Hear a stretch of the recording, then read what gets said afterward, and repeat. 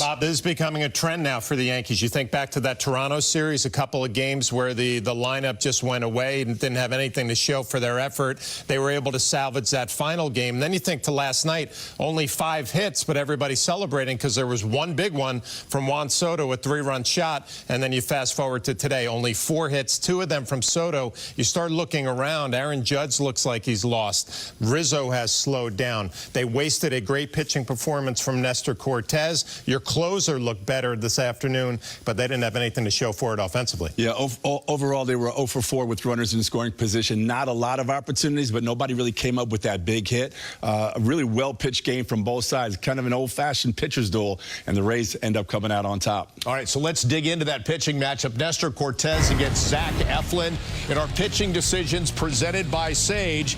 And we mentioned this on the pregame flash. Nestor had to bounce back and get back to the start 2 starts ago when he pitched well against Miami. Yeah, and the pitch count was elevated his last time out against the Guardians, so maybe, or it was elevated against the Marlins, so maybe against the Guardians didn't have good stuff. But you could tell early in this one he had good velocity with the fastball. The cutter is always going to be the pitch that is going to get swings and misses on a lot of these right-handed batters. That's an elevated fastball at 93. The one thing you loved about Nestor this afternoon, he did not walk a Rays hitter. He came right at them, and he struck out 9. So not only did he get the swings and misses, he was able to get deep into the ball game because he was attacking the strike zone early on. A little drop down with the sweeper. That's when we know Nestor is on top of his game. But again, combination for Cortes is always elevated fastballs, cutters in, cutters back door. He had everything working today, and he was pounding the strike zone, getting ahead in counts. Just a masterful performance. 7 innings, just 6 hits allowed, no runs, and 9 strikeouts. So a big bounce-back performance from him. And Dave, on the pregame, you talked about the Yankees needing that. They also had to find a way to get to Zach Eflin. And as good as Nestor Cortes was, Zach Eflin was just as good here this afternoon at Yankee Stadium. He had all of his pitches working. He was throwing strikes. He was working ahead. He had a really good cutter, the slider, the curveball, and a little two-seamer that he was sneaking on the back door. But you take a look at his numbers, 6 innings, 3 hits, no runs, no walks. He didn't put himself in any precarious situations, ends up striking out 6. And he did it very economically, using only 78 pitches in those 6 innings. A fantastic outing by Eflin. So, guys, does the mindset change for offensive players when you know you're not getting anything going? Yankees Flash, for example, know they like to walk. They can draw walks deep into counts. Not the case with Eflin today. On the flip side, the Rays, as a hitter, do you start pressing going, we're not getting a lot of traffic, so we need one big swing of the bat? Yeah, I think the Rays more are thinking the one big swing of the bat. I think for the Yankees, they need to get back to that attitude and that mentality. And Dave just broke down Eflin. He was fantastic, but we didn't see a lot of those foul balls, right? Grinding out at bats where you're spoiling tough pitches to give yourself another opportunity. There was a lot of swing and miss. There was a lot of weak contact. And at the beginning of the year, we were praising this lineup for the way they were wearing starting pitchers down. That's kind of gone away a little bit lately, and that attitude needs to come back. But again, right now, Juan Soto is the Yankee offense, and everybody else is kind of trying to find it. And you'll go through these peaks and valleys during the year, but they got to get Aaron Judge going. 4 strikeouts today and did not look good. Yeah, Soto with another 2 hits here this afternoon. We were all hoping he was going to go deep to lead off the bottom of the 9th inning there, but it did not happen. But to your point, Flash, the fact that they had the 6 strikeouts against Eflin. When you recognize that guys aren't having good swings, you just got to fight. You got to battle with 2 strikes. You got to put the ball in play, and they just were not able to get it done today. You know, just to underscore the point on Judge, there was that at bat in the 9th when he had a pitch, an off-speed pitch across the middle of the plate, Dave. We saw it like, when you're on, you smack that ball, and he didn't. Yeah, he hung a slider right there on the inner half, about probably belt high, and that's a pitch that when Aaron Judge is swinging the bat well, that ball's going about 450 feet to left field. Today, it was a foul ball. And those are the kind of things that you see when he's just doesn't have that timing. Yeah, and I'm wondering if it's the end result because he's been getting beat a little bit with fastballs, those fly balls to right field. So what happens when you're getting beat with velocity? You start cheating just a little bit. Even the great hitters start thinking, I got to get it going a little bit, and you're susceptible to that breaking ball away. And he looked like he was having trouble picking up the spin on the baseball the whole afternoon. Yeah, in that last at-bat, we were talking about that, right? Those sliders that he kept going a little bit further, further. And if you're catching and you recognize that, it's like, I'm just going to keep going. If you're going to swing at that, I'm going to go a little bit further out and a little bit further out. He did have that one pitch. He missed it. They came back with the slider. Because he was opening up and leaking, trying to cheat, he ends up striking out for the 4th time. So the pitching good all afternoon, scoreless game going into the 10th, and we take it to the top half of the 10th inning in our turning point of the game, brought to you by Montefiore Einstein, the official hospital of the New York Yankees. And Dave, if we go out to back on this, the runner at second, the designated runner, Caleb Ferguson in, pitching to Caballero, and hits a fly ball to right field. Yeah, Caballero puts together a good at-bat here, fouled off a bunch of pitches, and then ultimately hits this ball over the head of Juan Soto right here, and the run comes around easily to score, and that's the first run of the ball game. All right, so it's a 1-0 game, and that's the way you want to keep it, Flash, but the Rays were able to add another. Yeah, and the Yankees are going to see an old teammate in Ben Wardvet, who's off to a nice start with the Rays, and that's an 0-2 pitch that you give him credit, just flipping it into left field. The new left fielder, Trammell, played it on the hop. You're wondering maybe if he could have been more aggressive, but I look at Ferguson right there. Both of those pitches were 0-2 pitches. Caballero got a fastball right down the middle, a mistake that he took advantage of. Juan Soto, I don't know if he got a good read off the bat. It didn't look like a great route. But then the 0-2 pitch to Wardvet, that's off the plate. It's down and away. And sometimes you have to give a hitter some credit. But tough way to lose this game when you didn't have anything going offensively. Yeah, it's interesting. We'll hear some post-game comments. Did Soto, was it the route? Was it the sun? What happened on that one? And then Trammell, did he feel like he had a player, or did he thought the ball was hit too hard that he couldn't get to it and dive, maybe? It's always a tough play for an outfielder to come and dive straight in. Really tough play to make. First time out there, you got the sun, late afternoon at Yankee Stadium. It's a very difficult sun. So I'm thinking he probably didn't see it very well and wasn't real confident about going and laying out for that one. All right. Rays pitching today, starting with Eflin for 6. That really kept this offense quiet. Eflin threw well.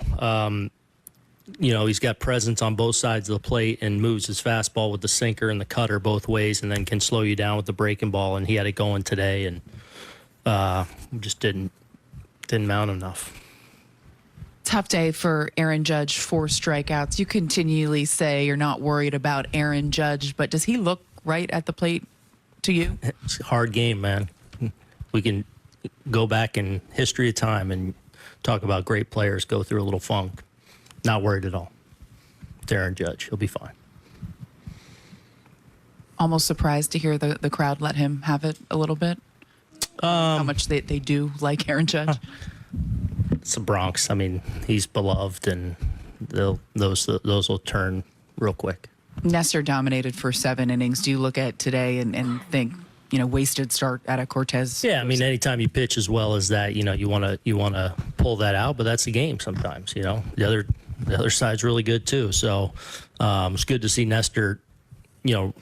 Man, even in that 7th inning, I thought he was tired, and still was able to execute. A couple times he did get in some big jams and his back against the wall there.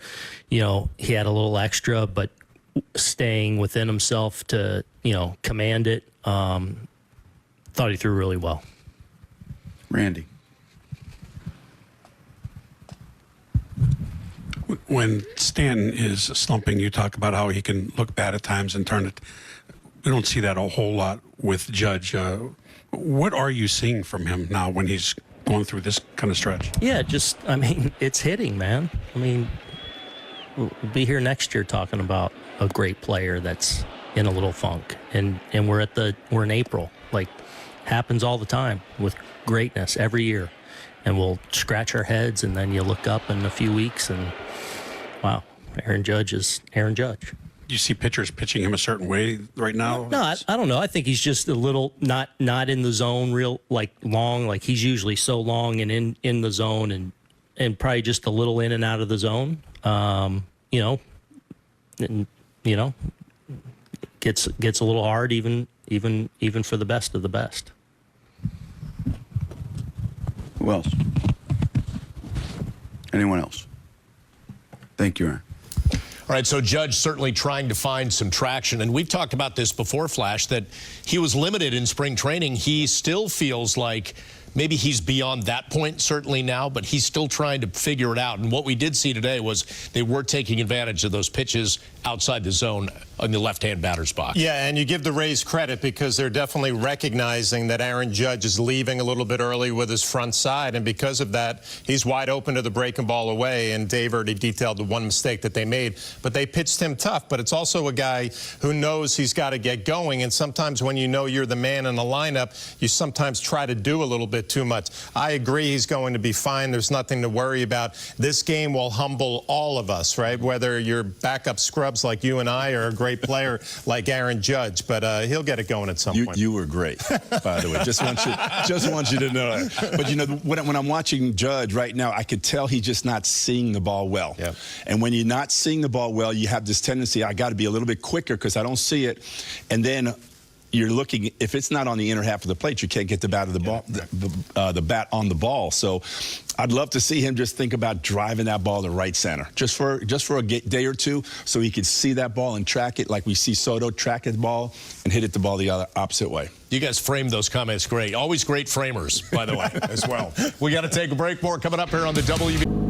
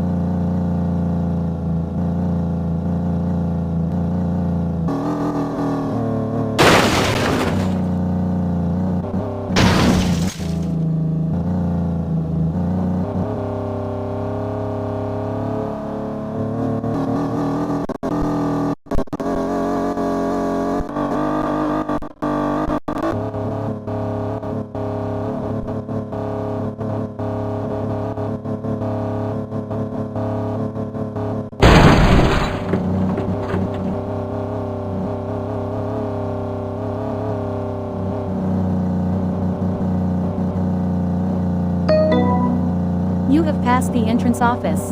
Drive safely.